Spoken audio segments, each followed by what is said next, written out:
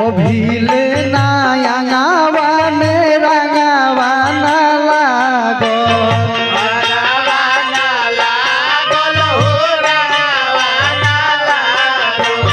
सोनू संग दिल विशाल मन भइल पागल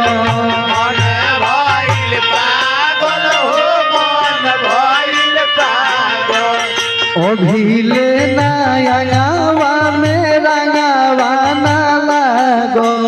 सोनू संग दिल विशाल भइल बारो पागल